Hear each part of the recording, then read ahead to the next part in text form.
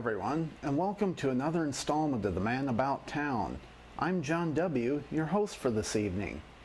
For today's feature, we'll be looking at south of San Diego to find an unexpected island of nature amongst the waterfront factories, businesses, and shipyards of the South Bay area. That hidden haven at Gunpowder Point, the Chula Vista Nature Center. The area's modern history began in 1916 when the Hercules Powder Company built a kelp processing plant at Sweetwater Marsh, north of Chula Vista, to extract potassium salts and render acetone from the kelp for use in a pelletized gunpowder called cordite. The area picked up the name Gunpowder Point from the operation. But with the end of World War I and the residents sick of the smell of rotting kelp, it was closed down in 1919 and taken over by San Diego Oil Products to process cottonseed oil for food and industry and cottonseed meal for livestock feed. But it would only last 10 years, burning to the ground in 1929. With the Depression just begun, it would not be rebuilt. The land reverted to farming for the next few decades, growing the usual crops of lettuce, strawberries, celery, and tomatoes. Otherwise a typical vegetable farm, it gained distinction in two ways.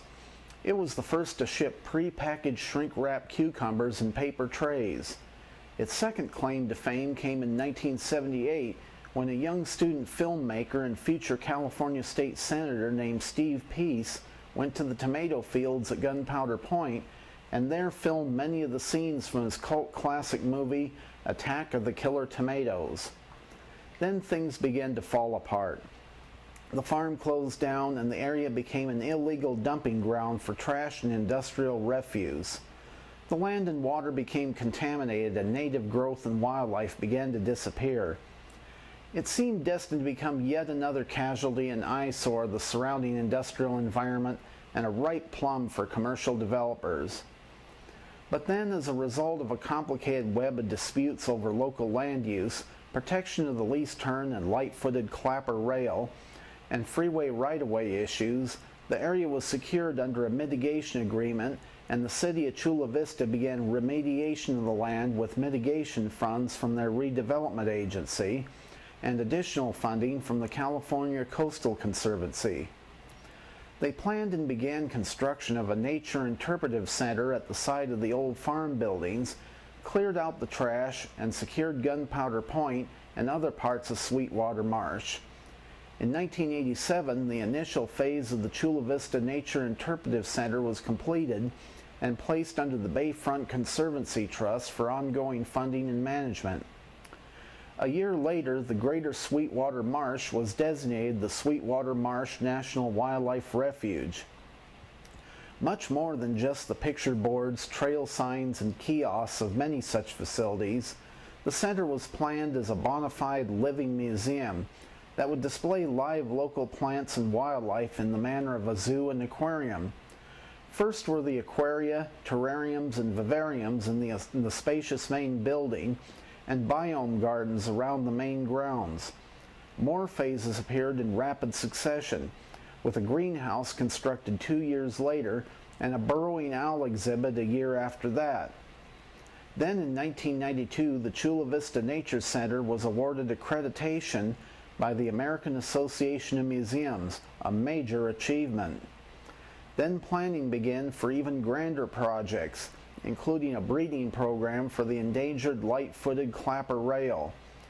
An avian support facility was begun, and in 1997, a fundraising arm, the Environmental Legacy Fund, or ELF, was created, and construction began on a clapper rail aviary. The next year saw the completion of the aviary and the arrival of its first pair of birds. Also built that year was the hummingbird and butterfly garden. Attention turned to the local birds of prey, and the first of the raptor enclosures, or Raptor Row, were built in 2000. Plans were soon underway for an eagle facility. 2001 saw organizational changes, with the Bayfront Conservancy Trust restructured as the Chula Vista Nature Board of Trustees, and the somewhat ambiguous name of the Environmental Legacy Fund changed to the Friends of the Chula Vista Nature Center. It also saw a milestone in the clapper rail breeding program with the arrival of a second breeding pair and the first release of captive bred birds into the wild. 2002 saw its 15th anniversary, and the next year it became an official department of the city of Chula Vista.